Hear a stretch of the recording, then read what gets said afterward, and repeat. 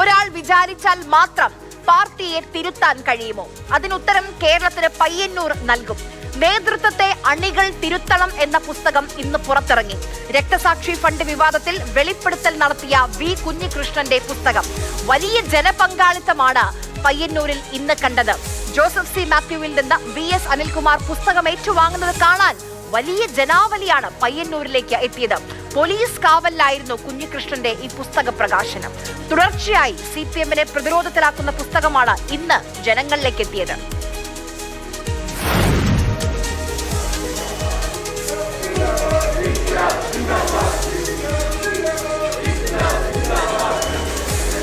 നീണ്ട 5 വർഷക്കാലം പാർട്ടിക്കകത്ത് നടത്തിയ പോരാട്ടങ്ങൾ കൊണ്ട് ഫലമുണ്ടായില്ല എന്ന സാഹചര്യത്തിലാണ് പുറത്തു പറയാൻ, പാർട്ടി ചട്ടക്കൂടിന് പുറത്തു പറയാൻ നിർബന്ധിക്കപ്പെട്ടത് എന്ന് ഞാൻ എൻ്റെ പുസ്തകത്തിൽ സൂചിപ്പിച്ചിട്ടുണ്ട്.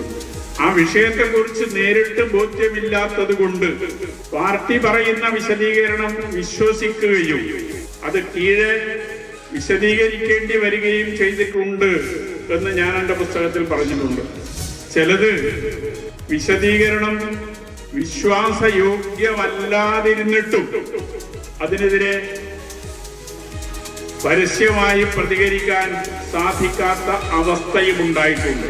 വലിയ വിഭാഗം പാർട്ടി സഖാക്കൾക്കിടയിൽ വലിയ അസംതൃപ്തി ഉണ്ടാക്കിയിട്ടുണ്ട്. പ്രകാശനത്തിൽ ആളുകൾ പങ്കെടുക്കുന്നത് തടയാൻ നീക്കമുണ്ടായെന്നും നവമാധ്യമങ്ങൾ വഴി വ്യക്തിപരമായി അധിക്ഷേപിക്കാൻ ശ്രമിച്ചുവെന്നും വി കുഞ്ഞികൃഷ്ണൻ പറഞ്ഞു. എന്ന് ആത്മാവ് പറയുന്നത് ചെവിയുള്ളവൻ കേൾക്കട്ടെ എന്നാണ് ജോസഫ് സി മാത്യു പറഞ്ഞത്. കുഞ്ഞികൃഷ്ണൻ പറയാനേ പാടില്ല, പറയാൻ മുതിർന്നത് തന്നെ അക്ഷന്തവ്യമായ തെറ്റായി പോയി എന്ന് പറയുന്നത്, എന്ന് വാദിക്കുന്നത് ഭയചകിതരാണ്. ഒരാൾ പറയാൻ പാടില്ല എന്ന് പറയുന്നത് ആ പറയുന്ന ആളിനെ ഭയന്നിട്ടല്ല, ആൾ പറയുന്ന കാര്യങ്ങൾ കേൾക്കുന്നവരെ ഭയന്നിട്ടാണ്. എന്ന് പറഞ്ഞാൽ ഇത് കേൾക്കുന്ന നമ്മൾ അതറിയാൻ പാടില്ല, അത് മനസ്സിലാക്കാൻ പാടില്ല എന്ന നിർബന്ധ ബുദ്ധിയിൽ നിന്നുള്ള ഭയമാണ്.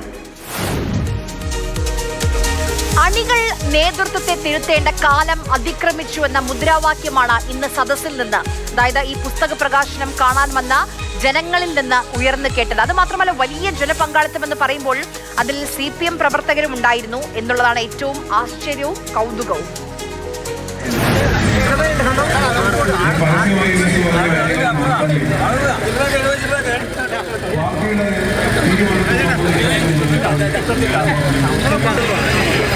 Gracias.